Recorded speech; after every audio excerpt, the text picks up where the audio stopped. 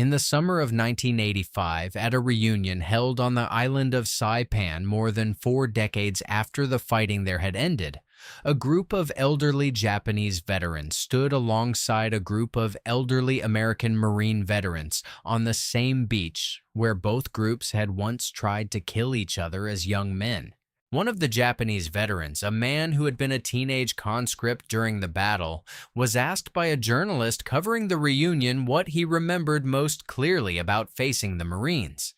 He did not describe a specific battle or a specific moment of combat.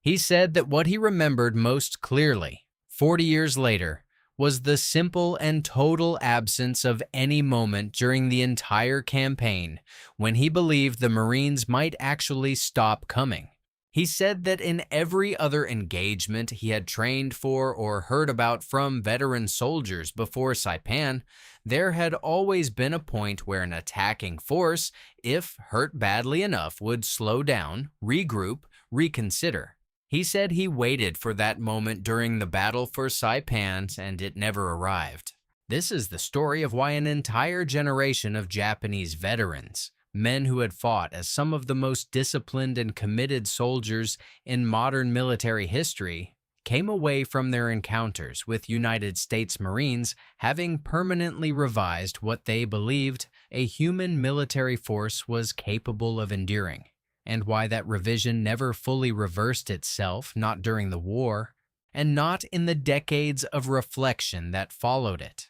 To understand why this matters as a historical phenomenon rather than simply a collection of battlefield anecdotes, it helps to understand what Japanese military culture actually believed about combat endurance before the Pacific War began. Imperial Japanese military doctrine in the years leading up to the war was built around a concept generally translated as fighting spirit, a belief that sufficient willpower properly cultivated through training and cultural conditioning could overcome material disadvantage in almost any battlefield circumstance.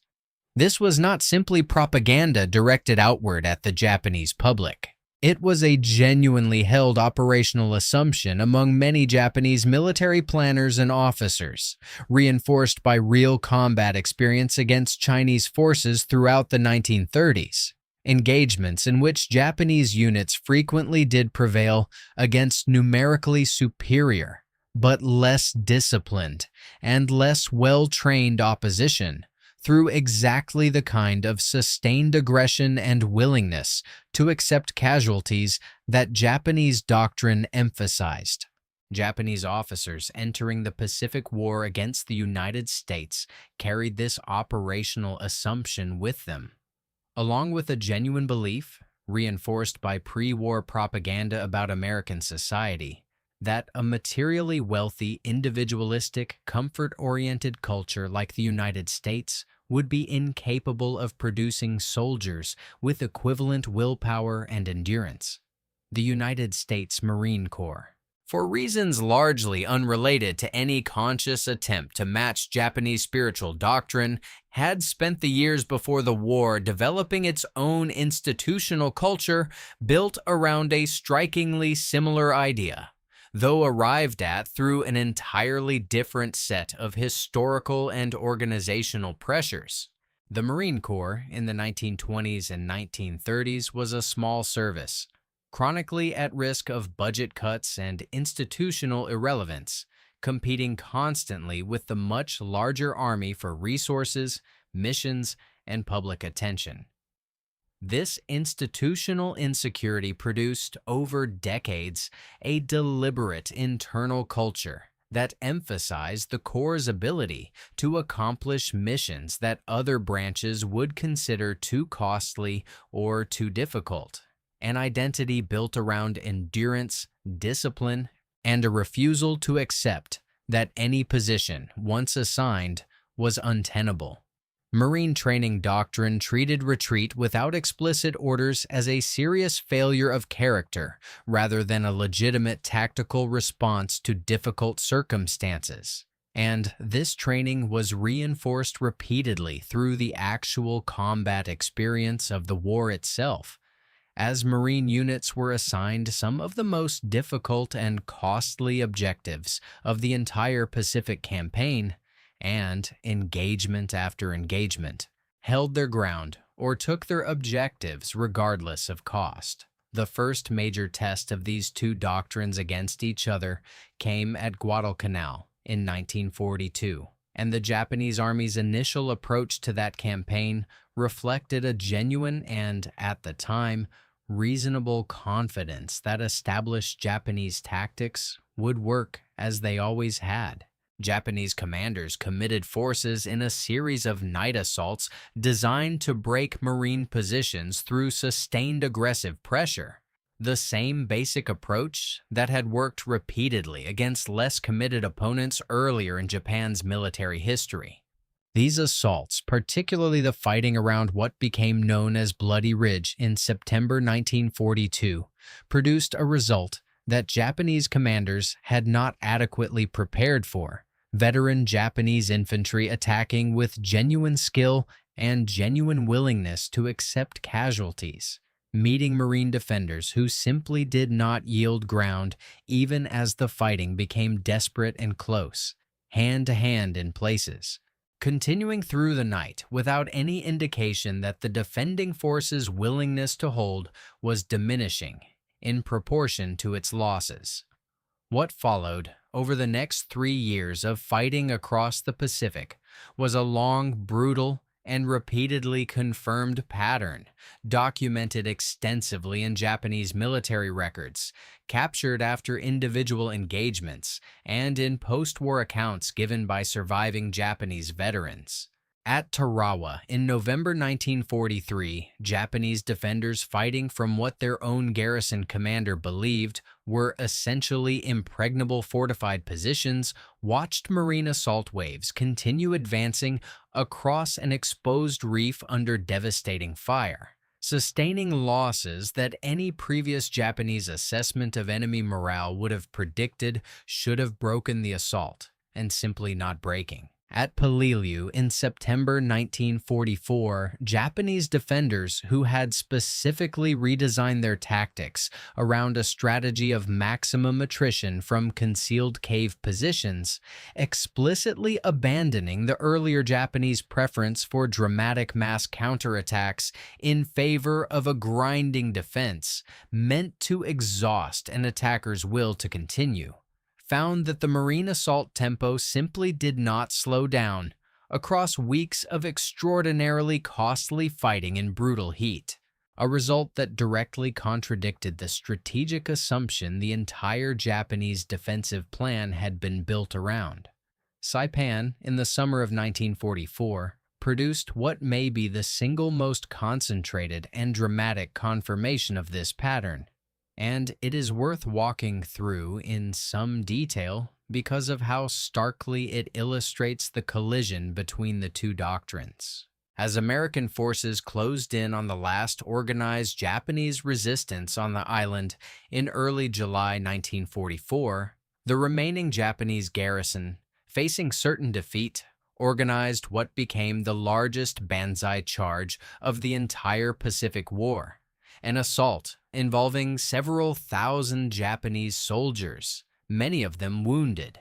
some armed with little more than bayonets fixed to broken rifles or improvised weapons, launched in the pre-dawn hours directly into American lines in a final, explicitly suicidal attempt to inflict maximum casualties before being killed themselves. This assault reflected, in its most extreme and undiluted form, the core assumption of Japanese fighting spirit doctrine, that overwhelming willpower and total disregard for individual survival could still achieve something meaningful, even against materially superior American forces. The assault was, in purely military terms, a catastrophic failure, absorbed and eventually stopped by American Army and Marine units defending the line, at enormous cost to the American units directly in its path, but without achieving any of the strategic objectives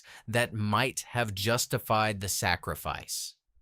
What is less commonly discussed, but consistently present in accounts from American Marines who fought at Saipan, is the specific and unsettling experience of facing an attacking force that had, in the most literal sense, already decided in advance that survival was not a goal of the engagement. Marine veterans who fought against the Saipan Banzai Charge described, in accounts collected in the years and decades after the war,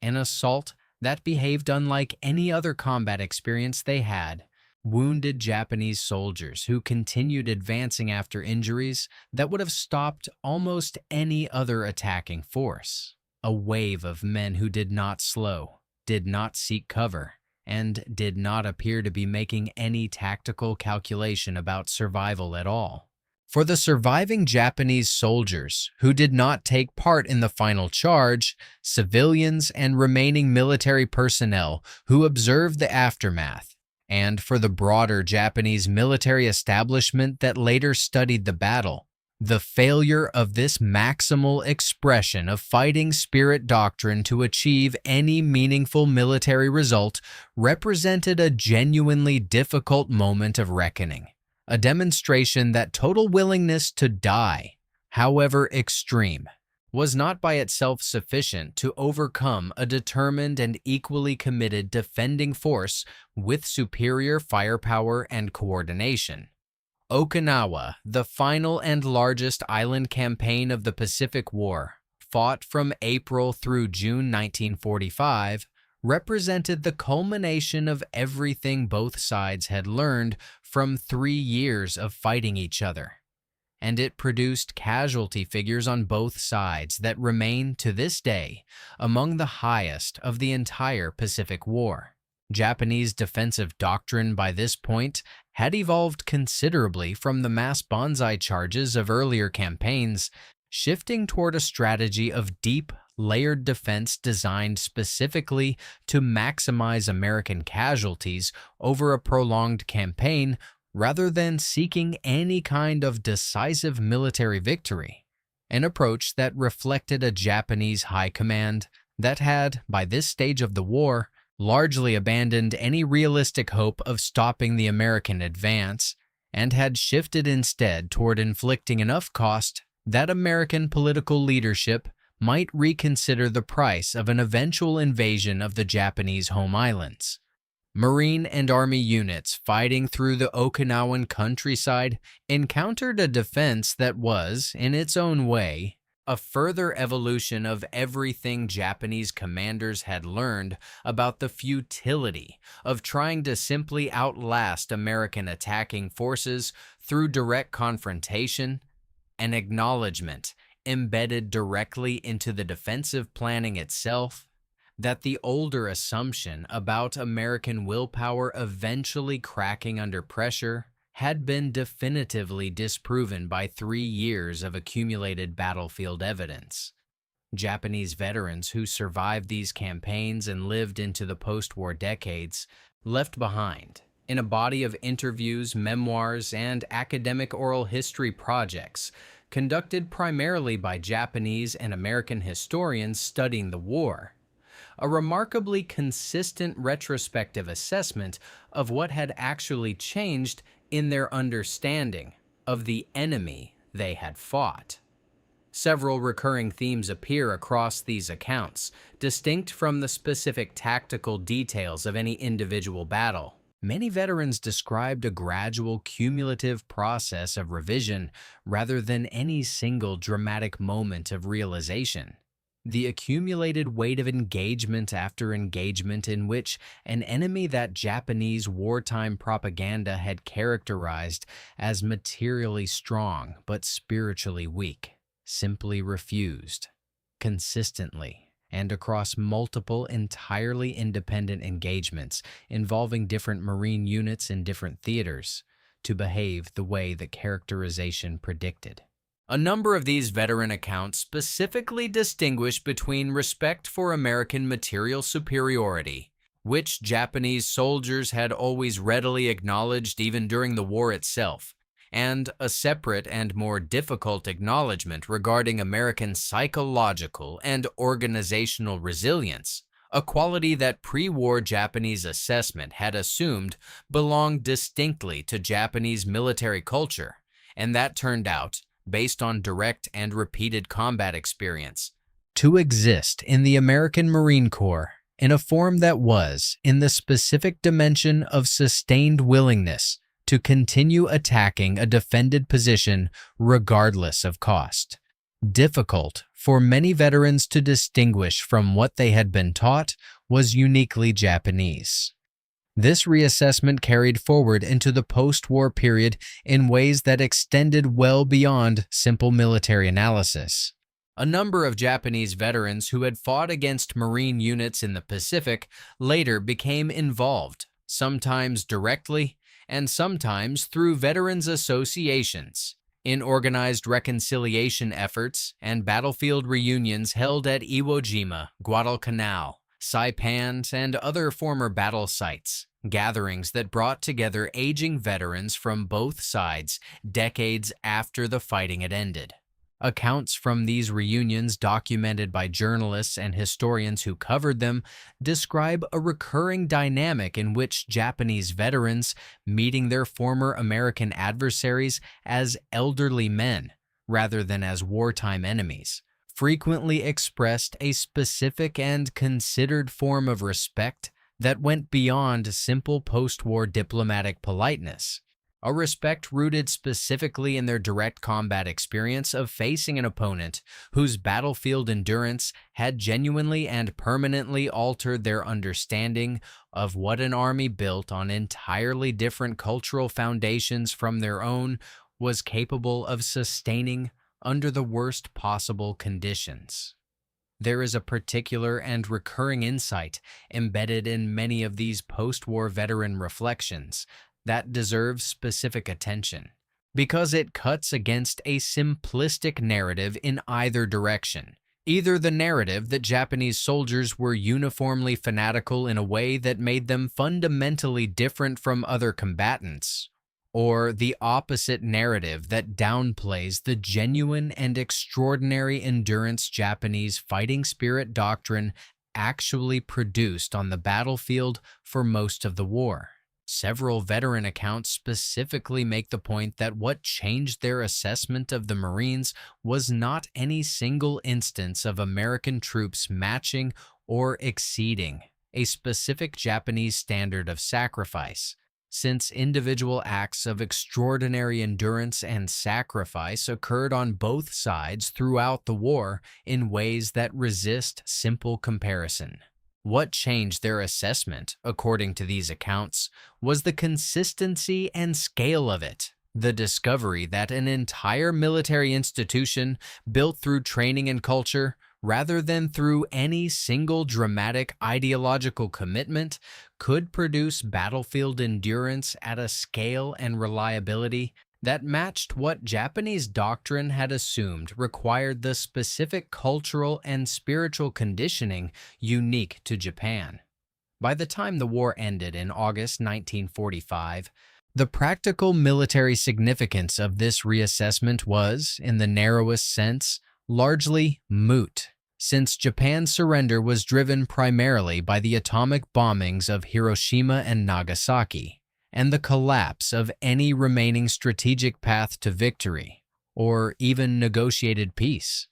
factors that operated on a scale far beyond any single branch of the American military. But the psychological and historical significance of what Japanese soldiers had learned fighting against the Marines across 3 years of island campaigns did not disappear simply because it had not been the deciding factor in the war's final outcome. It persisted, documented in the private reflections, post-war interviews, and eventual reconciliation efforts of the men who had lived through those campaigns. A specific and hard-won piece of battlefield knowledge that an enemy they had been taught to see as fundamentally different from themselves in matters of will and sacrifice had, in engagement after engagement across the Pacific, demonstrated something that many of these veterans, even decades later, still struggled to describe as anything other than the same quality they had always believed belonged uniquely to their own soldiers, discovered instead, at enormous and irreversible cost, inside the ranks of the United States Marine Corps. This lasting reassessment shows up in an unexpected place in the historical record, in the writings and public statements of a small number of former Japanese military officers who went on, after the war, to hold positions in Japan's post-war self-defense forces or to work as military historians and analysts studying the conflict they had personally survived. Several of these figures, writing decades after the fighting had ended, returned repeatedly to the specific question of American Marine Corps combat performance as a case study in what military institutions are actually capable of producing through sustained training and cultural reinforcement, independent of any particular national or ideological tradition. Their writings tend to treat the Marine Corps' wartime performance not as an anomaly or a product of unusually motivated individual soldiers, but as evidence of something more structurally significant. That battlefield endurance of the kind Japanese doctrine had assumed required specific cultural and spiritual conditioning could in fact be produced deliberately through institutional design, training methodology, and unit culture by any military organization willing to invest the resources and accept the internal costs of building it. This represented, for officers who had spent their formative military years steeped in a doctrine that treated Japanese fighting spirit as something close to a unique national inheritance, a genuinely uncomfortable and hard-won piece of intellectual honesty, arrived at only after direct, repeated, and extraordinarily costly combat experience had made the alternative interpretation impossible to sustain. The reunions that began taking place at former battle sites starting in the 1960s and continuing through the following decades added a final, more personal layer to this story, one that moved the reassessment out of the realm of military analysis and into direct human contact between former enemies. At gatherings held on Iwo Jima, at memorial services held jointly by Japanese and American veterans organizations, and in smaller, less publicized meetings between individual former combatants who sought each other out specifically to discuss their shared wartime experience, a recurring theme emerges across journalistic and historical accounts of these encounters. Japanese veterans meeting their former Marine adversaries decades later frequently described a specific kind of relief in finally being able to discuss with the only other people who had actually experienced it from the opposing side the particular quality of combat they had shared, an experience that few people outside those specific battles on either side could fully understand in the same way. These meetings, documented in interviews conducted around such gatherings, often produced a striking convergence in how veterans from both sides described the fighting, a shared recognition that both armies, for their own distinct cultural and institutional reasons, had produced soldiers capable of an unusual and specific kind of sustained endurance under conditions that would have broken most military forces in history. And that meeting an opponent who matched that quality, rather than diminishing either side's sense of their own sacrifice, had instead produced, across the distance of decades, a form of mutual recognition that neither side had expected to feel toward the other when the fighting itself had actually been taking place.